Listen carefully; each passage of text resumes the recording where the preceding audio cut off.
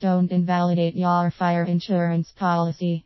I find this a very strange case, but it just shows how important it is to read the small print, as if you ignore the conditions of the policy, your policy could be invalidated.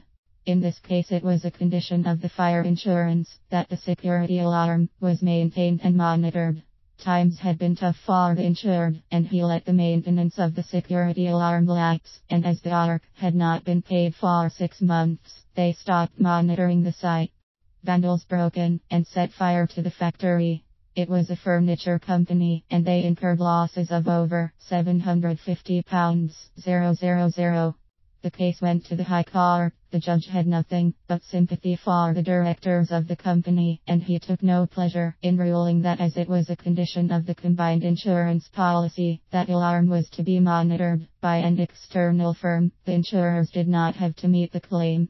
There are often conditions attached to the insurance policies we take out, which relate directly to the risk. We need to make sure our cars have ballot knots in order not to invalidate the policy.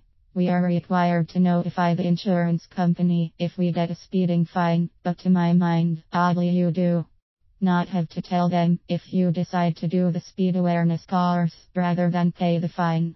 I have just come across a case now in front of the insurance ombudsman where an insurance company voided the policy and returned all the premiums because the policyholder had unwittingly exceeded the value of the valuables within their contents insurance. They had insured the contents of their house for £60,000, but there was a clause stating that the value of the valuables should not exceed 66% of this.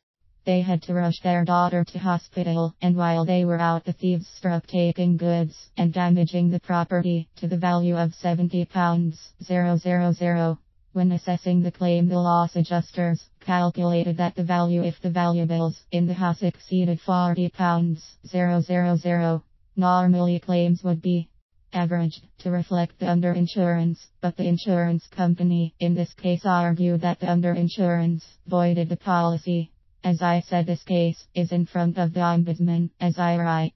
Back to case in hand, where a fire insurance claim was dismissed as a security alarm and monitoring were allowed to lapse. Clients of ours run a hotel, and there is someone on reception all the time, so if the fire alarm is activated, there was always someone on duty to respond.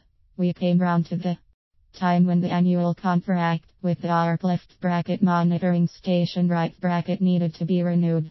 The hotel manager wanted to cancel it, as it was considered an unnecessary expense. I said I agreed, but asked him to check with his insurers to make sure they had no objections. The insurers confirmed monitoring was a condition of the policy. Often within the insurance policy, there is a clause that the fire alarm is maintained in accordance with British standards. It would be interesting to know whether a similar claim has been dismissed as the fire alarm has not been adequately maintained.